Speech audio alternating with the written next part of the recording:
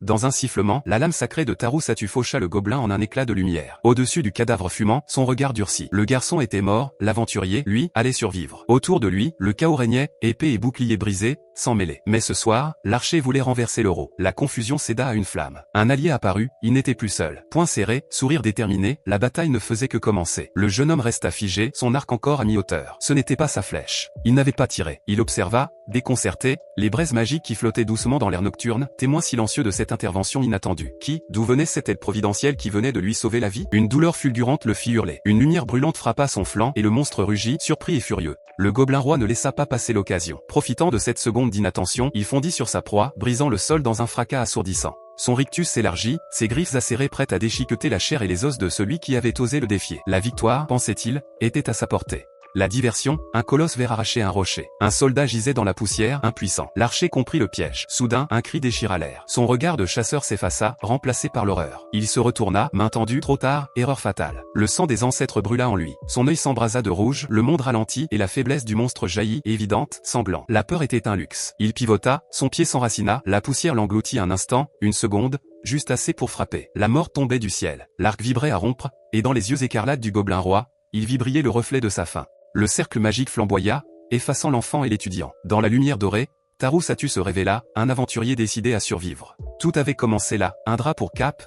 une épée de bois levée au ciel. Il n'était pas un enfant qui jouait, mais un héros jurant qu'un jour, il partirait. La graine était plantée trop tôt. À l'école, il créa un club de magie, entraînant ses camarades dans sa certitude, la magie n'attendait qu'à être redécouverte. Sa quête faillit s'éteindre. Jeune, il tenta un rituel, et la nature se retourna contre lui. L'échec fut ridicule, terrifiant, et les journaux s'en emparèrent. Presque assez pour briser son rêve.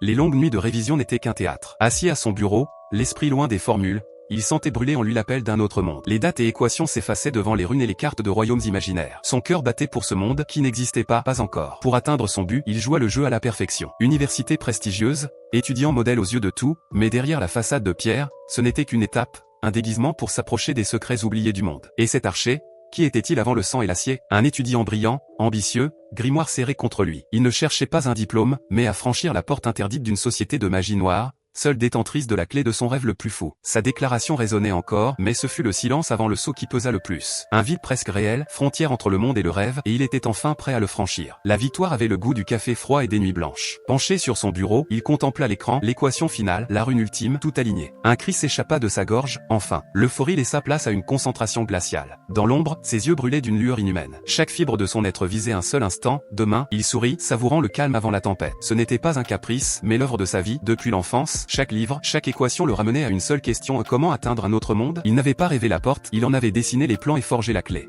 Il refusait d'être un personnage secondaire dans sa vie. Méprisant le hasard, il rejetait le destin passif, pas question d'être emporté par un camion d'Izeke. Il serait l'architecte de sa propre transmigration. Il ne serait pas emporté par le destin. Moi, j'irai là-bas par mes propres moyens, murmura-t-il. À la craie sur le plancher, chaque trait traçait sa volonté, défi lancé à l'univers. Son regard perçant suivait chaque geste. Dessinant le sceau, il ne voyait pas de la craie sur du bois, mais le chemin vers sa nouvelle vie. Son esprit vagabondait déjà, rêvant de compagnons et de quêtes à accomplir. Une fois le dernier trait tracé, il se redressa, sourire aux lèvres. La fatigue céda à la joie, devant lui, ce n'était pas un dessin, mais la promesse de tout ce qu'il avait toujours désiré. Et je profiterai enfin de ce monde dont j'ai toujours rêvé. Le moment était venu. L'excitation céda à une tension palpable. Il déglutit, chaque son amplifié par le silence, un point de non-retour. L'instant où le rêveur devait devenir un homme d'action. Ses yeux scrutaient son œuvre. Ce n'était pas un simple cercle, mais toute sa vie, espoir d'enfant, recherche d'adolescent, nuit d'étudiant, condensé en un diagramme de pouvoir. C'est toute ma vie, pensa-t-il, le cœur battant. L'aventurier se prépara. À genoux près du cercle, il ouvrit son sac, chaque objet choisi avec soin, chaque poche remplie pour l'inconnu. Bon, voyons voir. Sa main plongea dans le sac et en ressortit un couteau froid. Face à l'acier brillant, son assurance vacilla, une sueur froide coula, traverser les dimensions avait un prix. Il ne recula pas. Avec l'histoire de la société et les données de ses prédécesseurs, il espérait que ses calculs soient corrects. La lame s'enfonça, une goutte de sang tomba, scellant le pacte. L'impact fut silencieux, mais le monde sembla retenir son souffle. La flaque de sang frémissait, vivante, et les lignes de craie s'imbibèrent de cette essence, déclenchant un pouvoir que des générations de sorciers n'avaient osé qu'imaginer. Une lumière aveuglante jaillit du sol. Les runes s'embrasèrent de bleu et de blanc, un bourdonnement sourd remplit la pièce. Taru se releva, bras ouverts, non en prière, mais en triomphe, son visage baigné par la lueur de l'autre monde. Il ferma les yeux, attendant le vertige du voyage interdimensionnel. Le bourdonnement monta, le sol vibra sous ses pieds. Le moment était là. Le souffle coupé, il attendit la transition. Rien. Le bourdonnement s'éteignit, la lumière disparut. Le silence, plus lourd que tout bruit, retomba. Il ouvrit les yeux, le cercle de craie, son sac, tout était intact. Lui, il était toujours dans sa chambre. Un mot lui échappa, La déception vira à la rage enfantine. Mais allez, quoi, hurla-t-il à la pièce vide. Il tapa du pied, se prit la tête, tournant comme un animal en cage, toute sa vie, ses calculs, son sacrifice, pour un cercle de craie éteint. Au milieu de sa crise, un petit pop attira son attention. Ses yeux se posèrent sur une étagère de figurines. Une lueur d'espoir ou de folie brilla, et s'il s'était trompé, pas dans les calculs, mais sur la nature du sacrifice? Son regard tomba sur l'improbable, une petite peluche de licorne rose. Il s'approcha, grave, pocota, « Je suis désolé, mais sois mon sacrifice. » Peut-être que la magie pouvait être flexible. Ses mains serrèrent la peluche rose. Absurde, ridicule, et pourtant sa dernière chance. Solennité d'un grand prêtre, désespoir d'un homme au pied du mur, le destin reposait sur le sacrifice d'un jouet. Le désespoir engendra la folie. Avec la ferveur d'un acteur tragique, il se pencha vers la peluche, et ça, qu'en dis-tu, poing serré, sa dernière tentative pathétique pour berner la magie et montrer sa sincérité. Mais l'univers resta de marbre. La licorne rose, pocota, trônait au centre du cercle, sourire cousu moqueur. Le silence retomba, lourd et absolu, aucune lumière, aucun son, juste l'échec ridicule du rituel. L'énergie le quitta d'un coup. Ses épaules s'affaissèrent, et un soupir chargé de la poussière de ses rêves brisés s'échappa de ses lèvres. Toujours rien, murmura-t-il, bien qu'il connaisse déjà la réponse. C'était fini. Tout était fini. Le poids de sa vie entière s'abattit sur lui. Il tomba à genoux, la paume de sa main s'aplatissant sur la craie froide du cercle magique. C'était le contact de l'échec, la fin d'une quête qu'il avait définie depuis l'enfance. Il ne restait plus rien. Puis, une ombre recouvrit la petite licorne. Il se releva lentement, son visage impénétrable, masqué par l'obscurité. Vu d'en bas, il n'était plus un étudiant dépité, mais un géant dont la frustration menaçait de tout détruire sur son passage.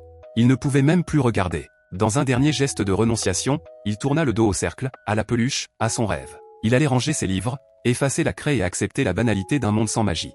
Il figea son pas. Un frisson parcourut le sol, une vibration presque imperceptible. Une minuscule étincelle rouge dansa à la périphérie de son champ de vision. Ce n'était rien, et pourtant, c'était tout. Le sol explosa. Une colonne d'énergie rouge jaillit du cercle, furieuse comme un volcan. Projeté en arrière, Tarou se retourna, le visage mêlé de stupeur et de terreur. Ça marchait, ça avait marché. La lumière devint insoutenable, la pièce plongeait dans un brasier écarlate. Il porta une main à ses yeux, hurlant pour couvrir le rugissement de l'énergie. Pas possible. Ce n'était pas une transition douce, mais un cataclysme. Le plancher semblait fondre en une mare de magma unique. Des mains spectrales, violettes, émergèrent. La joie éclata sur son visage, serait-ce. J'ai réussi, enfin. Sa phrase s'acheva en un cri étranglé. Les mains fantomatiques se jetèrent sur lui, leurs doigts éthérés se refermant sur ses chevilles, son cou, ses bras. Ce n'était pas une invitation, c'était un enlèvement. Quoi? Il se débattit, luttant contre l'emprise implacable du portail. Ses pieds martelaient le sol, cherchant une prise qui n'existait plus, glissant dans le vortex qui cherchait à l'avaler tout entier. La panique remplaça l'excitation. Il avait ouvert une porte, mais il ne maîtrisait pas ce qui se trouvait de l'autre côté. La gravité l'abandonna. Ses pieds quittèrent le sol, son corps soulevé par des forces invisibles. Il fut aspiré, tiré à travers le voile des réalités. Le chaos céda à un vide noir, parsemé de particules dorées. Il flottait, désorienté, corps et esprit brisés par la transition. Puis une voix ancienne résonna, non dans ses oreilles, mais dans son âme. Dieu, il semble qu'il ait repris conscience. Le visage du vieil homme emplissait tout son champ de vision. Marqué par les millénaires, auréolé de puissance tranquille, ses yeux bleus reflétaient une pitié lasse. Oh, enfant, quelle folie as-tu commise? Le visage du vieil homme emplissait son champ de vision. Marqué par les millénaires, auréolé de puissance tranquille, ses yeux bleus reflétaient une pitié lasse. Oh, enfant, quelle folie as-tu commise? Allongé sur un marbre froid, baigné d'une lumière irréelle, Tarou balbutia, il avait réussi, il était dans un autre monde. Mais l'accueil n'était pas celui d'un héros, plutôt d'un insecte sous une loupe. Quoi? Le mot flotta dans l'air, une sueur froide coula le long de sa tempe. Folie. C'était le mot du dieu. Et cette folie l'avait mené ici, et ça avait marché. Or, quel était le problème? La divinité ne parla pas, mais envoya des images dans son esprit, flash de son monde quitté, une présentatrice grave, des gyrophares bleus à l'université, un policier prenant une déposition, et partout son nom répété. Aujourd'hui, Tarou Sato, 21 ans, étudiant de 4e année, a été retrouvé mort. L'image finale le frappa comme un coup de poignard. Il se vit, son corps affalé sur le cercle de craie, visage vide, peau cireuse. C'est moi. Son esprit refusait de relier les deux réalités. La connexion se fit, brutale et irrévocable. Le portail ne l'avait pas transporté, il l'avait tué. Son corps gisait dans sa chambre, son esprit arraché. Je suis mort, cria-t-il, un écho d'horreur dans le palais divin.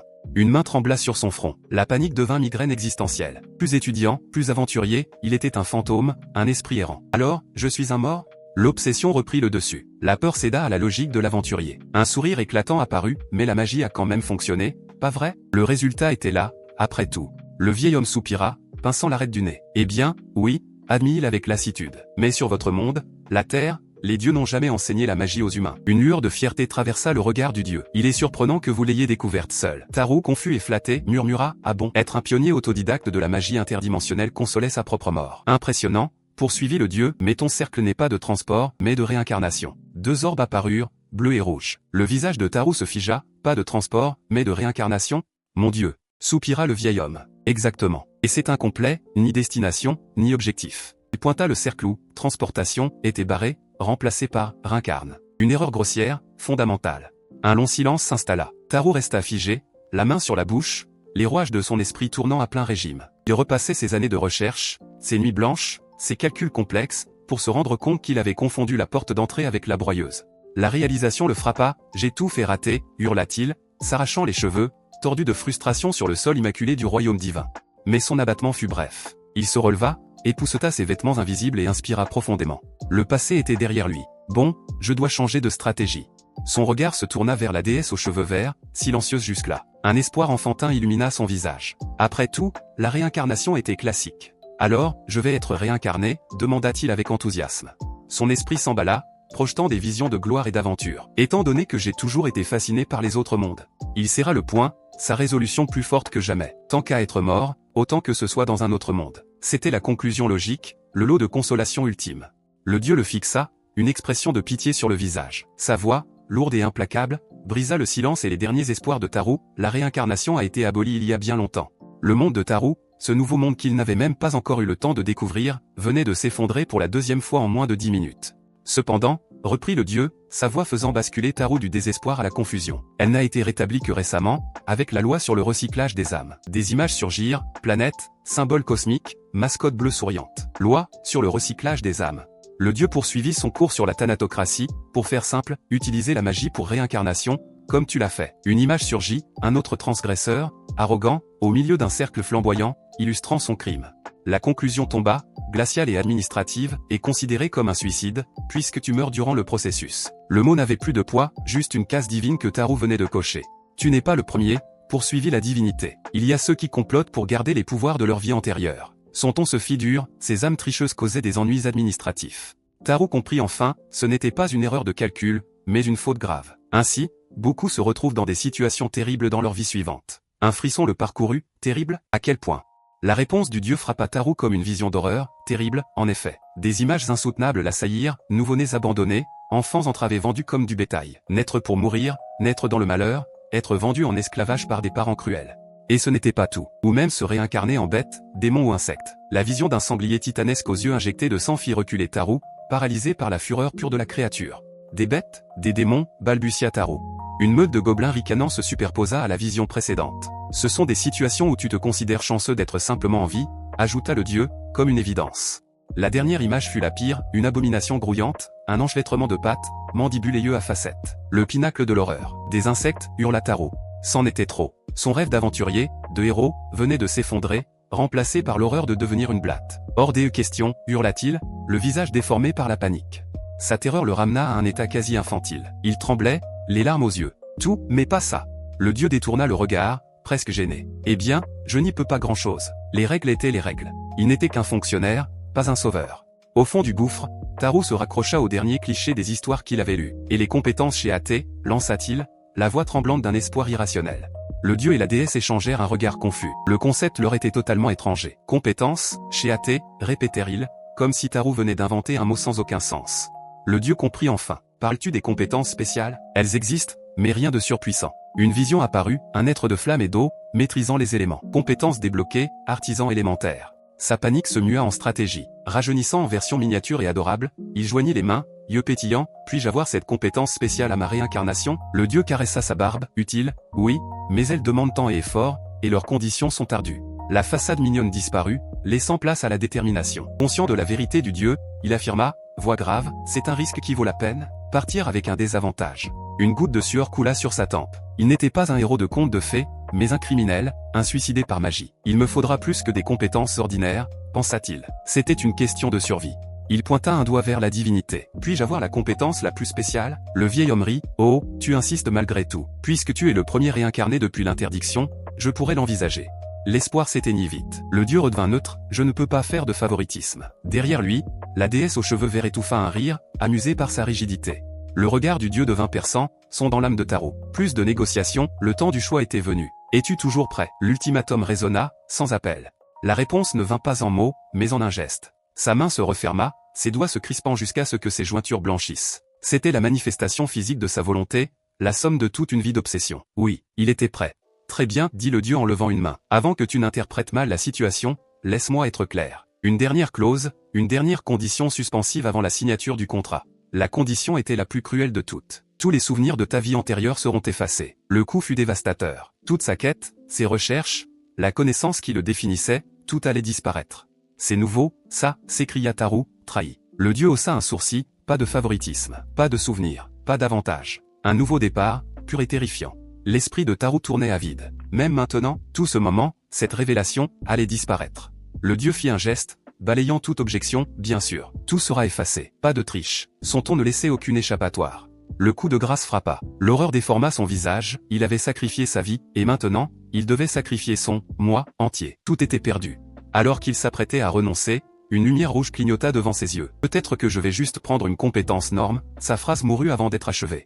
Une interface translucide s'imposa. Mort non naturelle au Tarou Sato. Ses yeux s'illuminèrent d'or, guidés par une force extérieure. Le processus était lancé. Plus de retour en arrière. Pas de tunnel de lumière. La réincarnation déchira tout, des piliers d'énergie froide le frappèrent, son esprit arraché, son essence décomposée en données brutes. Le système ne connaissait ni pitié ni pause. Ce qui restait de lui, une sphère de volonté et de souvenirs, fut projeté à travers le voile des mondes, un météore de conscience traçant sa lumière vers une terre inconnue. La cible apparut. En dessous, une cité tentaculaire s'étendait, murailles de pierre et toits de tuiles, un monde de fantaisie devenu réel. Mais les héros ne passent jamais par la grande porte. La vie continuait, indifférente au drame cosmique. Sur la place, des aventuriers bavardaient, des soldats montaient la garde. Sur un balcon, un jeune homme regardait l'agitation, l'air ennuyé. Au-dessus, un météore invisible filait, présage ignoré de tous. Le destin, ou peut-être le système, n'avait pas choisi un berceau royal. Il avait choisi la mort. Dans une ruelle sombre, 3 silhouettes se penchaient sur un corps inerte. Ennuyeux. Rien de valeur ici, cracha l'un d'eux. Quelques pièces de cuivre et une vie balayée. Au-dessus, le vide appelait le vide, et l'âme en chute libre se précipita vers ce corps encore chaud. L'impact fut une explosion de lumière silencieuse. L'essence de Tarou Sato fusionna avec l'enveloppe charnelle abandonnée, s'insinuant dans chaque veine, chaque nerf, chaque cellule. Un corps sans âme venait de trouver un locataire inattendu. Le cœur, qui avait cessé de battre, tressaillit et reprit son rythme. Les paupières s'ouvrirent sur un monde de pavés et de pénombre. Mais les yeux qui s'ouvrirent n'étaient plus ceux du garçon qui venait de mourir. Ils brûlaient d'une lueur rouge, une braise qui avait traversé les dimensions. Sa première vision de ce nouveau monde fut celle de ces meurtriers s'éloignant nonchalamment, laissant derrière eux quelques morceaux de pain, comme une insulte finale à leurs victimes. La dure réalité de ce monde s'imposa avant même sa première respiration consciente. Le flou se dissipa, les silhouettes devinrent nettes. C'était la première mémoire de sa nouvelle vie, l'indifférence cruelle. Alors que la conscience revenait, une lumière dorée commença à poindre dans son esprit, non pas une mémoire, mais une notification. Le système n'en avait pas fini avec lui. Un texte apparut, flottant devant ses yeux. Le nom était une suite de symboles illisibles, un bug ou un langage divin qu'il ne pouvait déchiffrer. Mais les mots suivants étaient d'une clarté terrifiante, compétence spéciale, activation. Les clauses du contrat qu'il n'avait jamais lu s'affichèrent enfin. Condition 1, renaissance après la mort confirmée. Puis la ligne qui changeait tout, celle qui annulait la sentence divine. Souvenir de la vie antérieure acquis. Il avait tout perdu, et pourtant, la compétence spéciale venait de tout lui rendre. La vie revint dans ses membres. Ses doigts, fins et meurtris, grattèrent la pierre. Ce n'était plus un corps vide, mais le sien. Il pouvait le sentir. Poussant sur ses bras tremblants, il se souleva. La douleur était vive, mais elle était éclipsée par le flot de souvenirs qui revenaient en cascade. Le brouillard se déchira. Tarou Sato, l'étudiant, le cercle magique, la licorne en peluche, les dieux, la mort, tout était là. Je me souviens, maintenant, murmura-t-il à la ruelle vide.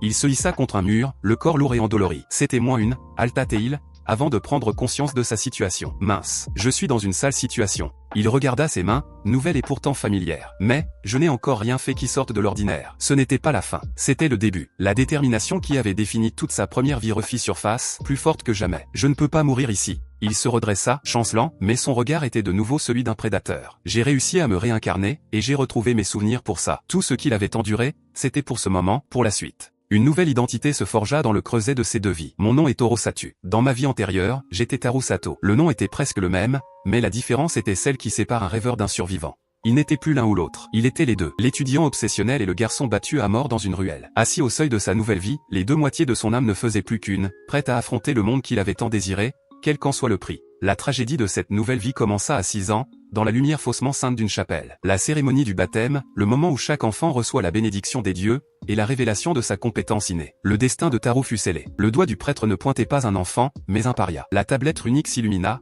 implacable, texte indéchiffrable. Une compétence inutile. Un fardeau. Une malédiction. La sentence des dieux devint la sentence des hommes. À cause de cela, le regard de son père changea. L'homme qui aurait dû le protéger ne voyait plus un fils, mais une bouche inutile à nourrir, une honte pour s'aligner. La bouteille à sa main devint sa seule confidente, et le mépris pour son enfant, son unique certitude.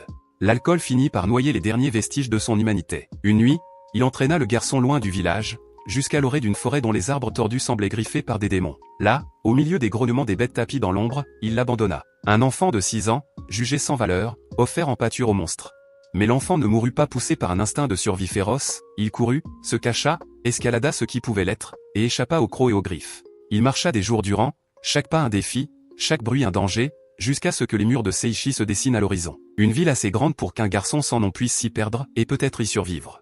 Les ruelles semblaient se refermer sur lui. Chaque pas résonnait contre les murs de pierre comme un rappel cruel de sa petitesse. Les étals débordants de nourriture lui faisaient un pied de nez silencieux, pain, fruits, viande, tout ce qu'il ne pouvait toucher. Les riches ne le voyaient même pas, pour eux, il n'existait pas. Un enfant oublié, errant dans un monde qui ne faisait aucune place aux faibles. La vie était une lutte de chaque instant. Le moindre morceau de pain était une victoire souvent de courte durée. Il mangeait à peine tous les quelques jours, chaque repas étant une trêve fragile dans sa guerre contre la faim. Acculé contre un mur froid, le désespoir le submergea. Que faire, maintenant? Il n'avait pas d'argent, pas de force, et le visage d'un enfant qui n'inspirait aucune pitié aux adultes endurcis par la vie. Il était seul, et le monde était sourd à son agonie. C'est alors qu'il les vit. Des hommes et des femmes en armure, des épées à la ceinture, marchant avec une assurance que lui n'avait jamais connue. Des aventuriers. Dans ce monde qui ne récompensait que la force, une idée germa dans son esprit, une idée folle, la seule qui lui restait. Ce qui veut dire, que le choix évident, dans ce monde, c'est de devenir. Le chemin était tracé. Sa survie ne dépendrait plus de la charité, mais de sa propre capacité à prendre sa part. Le visage meurtri, les yeux cernés, il fixa son objectif, un bâtiment plus grand que les autres, d'où émanait une aura de danger et d'opportunité. C'est ici. La grande enseigne en bois ne laissait place à aucun doute. Guilde. C'était la porte d'entrée vers ce monde de monstres, de quête et de gloire. La seule institution qui pouvait le transformer de proie en prédateur. Il prit une profonde inspiration. L'odeur de la bière et du cuir mouillé filtrait déjà à travers le bois. La guilde des aventuriers, c'était un monde qu'il connaissait par cœur, un monde qu'il avait étudié dans sa vie antérieure. Mais entre la théorie et la pratique, il y avait une lourde porte de chêne à pousser. À peine eut-il franchi le seuil qu'un mur de corps s'érigea devant lui. Des géants bardés de fer, des femmes aux regards acérés, des mages aux doigts crépitants d'énergie. Il n'était pas un candidat, il était une souris entrée dans la fosse aux lions. La bienvenue fut à l'image de sa vie jusqu'à présent, brutale et sans pitié. Une voix tonitruante déchira le brouhaha de la taverne. C'est la guilde des aventuriers, dégage. Le message était clair. Ce n'était pas un endroit pour les enfants, et encore moins pour les faibles. Épuisé, affamé, il n'eut même pas la force de répondre. Il se retourna pour partir, mais une main gantelée s'abattit sur sa capuche, le soulevant du sol. Ne m'ignore pas, morveux, rugit l'homme. La violence était sur le point d'exploser, quand une autre voix intervint, et, Moeb, pas de violence. La violence fut sa première bienvenue. Une main gantelée s'abattit sur la bure de taureau, le tissu fin se tordant sous la poigne de fer. L'impact lui coupa le souffle. Ne m'ignore pas, morveux, rugit l'homme, Moeb. Il le souleva du sol comme un vulgaire paquet, le visage de taureau se crispant de douleur et de peur. C'est alors qu'une autre voix s'éleva, tentant de calmer la brute, et, Moeb, pas de violence. Derrière le comptoir, la réceptionniste observait la scène, les bras croisés et les joues gonflées de réprobation. Elle avait l'habitude des éclats de voix, mais la brutalité gratuite envers un enfant était une ligne qu'elle n'aimait pas voir franchie. Sans un mot de plus, Moeb le traîna à travers la salle commune, ignorant ses faibles protestations. Taureau n'était qu'un jouet entre les mains d'un géant, ses pieds dérapant sur le sol jonché de paille et de promesses brisées. L'humiliation prit fin brutalement lorsqu'il le jeta sans ménagement devant le comptoir en chêne massif. Taureau se retrouva face à la réceptionniste, le souffle court et le cœur battant la chamade. C'est alors que l'inattendu se produisit. La femme se pencha vers lui, sa main formant une conque près de son oreille. « Il t'a parlé en premier intentionnellement » murmura-t-elle, pour que les autres aventuriers ne s'en prennent pas à toi. La brutalité n'avait été qu'un masque, un bouclier offert par le plus improbable des protecteurs. Son regard se posa sur le dos de l'homme, Moeb. Ce n'était pas un simple brute, mais un homme qui comprenait les règles de cette jungle d'acier et qui venait, à sa manière, de marquer son territoire autour du plus faible. Un sourire timide et meurtri se dessina sur les lèvres de Taureau. J'ai enfin trouvé une personne bienveillante dans ce monde. Poussé par cette étincelle d'espoir, il se redressa et se glissa jusqu'au comptoir. Sa voix était faible, mais ferme. Excusez-moi, je voudrais m'inscrire, s'il vous plaît. C'était la première fois qu'il demandait quelque chose pour lui-même, non pas pour survivre, mais pour commencer à vivre. Le visage de la réceptionniste s'assombrit, la pitié luttant contre le règlement. « Je déteste te l'annoncer, mais, il y a des frais d'inscription. » La réalité, froide et administrative, venait de dresser une nouvelle muraille devant lui. « C'est nouveau, ça » s'écria-t-il, les mots lui échappant avec une familiarité déconcertante. « Enfin, vous venez de me le dire, mais quand même. » Une réplique exacte de sa conversation avec le dieu, un écho d'une vie qu'il venait à peine de retrouver. Un frisson le parcourut. Le monde vacilla une seconde, superposant le visage de la réceptionniste à celui d'une divinité à la barbe blanche. Un déjà-vu, le fil de ces deux vies venait de se toucher, créant une étincelle de confusion dans son esprit. Il secoua la tête, chassant le fantôme de son passé pour faire face au spectre bien plus concret de son présent. « Combien » demanda-t-il d'une voix étranglée, « s'élèvent les frais d'inscription » 10 pièces d'argent. La somme tomba comme un coup près. Pour l'enfant qui ne possédait rien, c'était une fortune. « Je suis fichu » hurla-t-il, toutes ses défenses s'effondrant dans un flot de larmes. 10 pièces d'argent. L'esprit de Tarou fit la conversion, c'était l'équivalent de 10 000 yens. Une somme qu'il n'avait aucune chance de réunir. Le désespoir était total. Il aurait emprunté, il aurait travaillé, mais sa situation était déjà précaire. Fugitif, sans personne pour se porter garant de son identité, il n'était qu'un fantôme aux yeux de la loi. Il était piégé. Un bruit sourd et lourd fit taire ses sanglots. Un sac en toile, tintant du bruit des pièces, venait de s'écraser sur le comptoir. « Très bien, je vais payer pour toi. » La voix était celle de Moeb, l'aventurier qui l'avait malmené quelques instants plus tôt. Un éclat de rire gras fusa depuis une table voisine. « Et, Moeb, une fois que le gamin aura sa plaque, il risque de se tirer. » La guilde entière semblait se délecter du spectacle de la générosité bafouée. Moeb se retourna, un sourire carnassier aux lèvres, qui ne correspondait en rien à son geste. « C'est justement le but » lança-t-il à la cantonade, laissant Toro et la réceptionniste dans une confusion totale.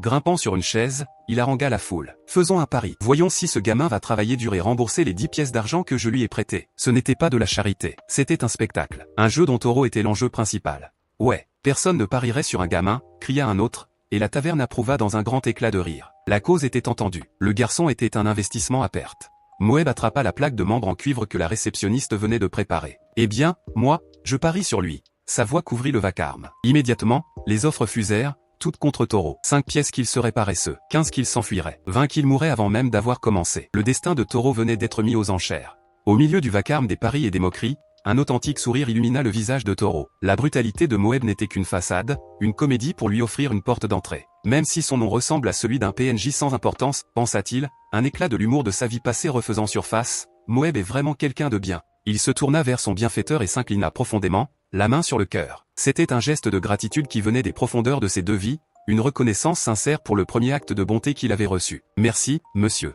Moeb répondit par une bourrade qui lui ébouriffa les cheveux. « Ne te fais pas de fausses idées, gamin, dit-il avec une fausse rudesse. Et ne m'appelle pas monsieur . C'était sa manière à lui de briser la distance, de lui dire qu'ils étaient désormais, d'une certaine façon, dans le même camp. « Tu as de la chance » lui souffla la réceptionniste avec un sourire complice. Elle posa un doigt sur ses lèvres. Moeb a été orphelin, et il est devenu aventurier après avoir eu une vie difficile. Il s'est probablement reconnu en toi. La gentillesse de Moeb n'était pas de la pitié, mais de l'empathie. C'était le salut d'un survivant à un autre. « Je m'appelle Ney. » Enchanté, dit-elle en poussant une sphère de cristal lumineuse sur le comptoir. « S'il te plaît, touche ceci. » Le cœur de Toro se serra. L'objet était étrangement familier. On dirait la boule de cristal de la cérémonie du baptême. Le souvenir de son premier rejet, de sa première condamnation, refit surface. Avec une appréhension palpable, il posa sa main sur la surface froide de la sphère. Aussitôt, une colonne de lumière bleue explosa, si intense que Ney dut se protéger les yeux. Une puissance brute, bien au-delà de ce que l'on attendait d'un simple enfant, venait de se déchaîner. Un cliquetis mécanique se fit entendre, et une feuille de papier glissa d'une fente sous le comptoir. Dessus, non pas des runes claires ou des mots de pouvoir, mais un chaos de symboles griffonnés, de gribouillis et de caractères illisibles. C'était la matérialisation de sa malédiction. Ney prit le papier, ses yeux parcourant la page. Son expression passa de la curiosité professionnelle à une stupeur mêlée d'apitoiement. Il porta une main à sa bouche, comme pour retenir ses mots. « Toro, sais-tu, hein ? La compétence, c'est... » N'eut pas besoin de finir. Le résultat était aussi clair pour elle qu'il était absurde pour le reste du monde.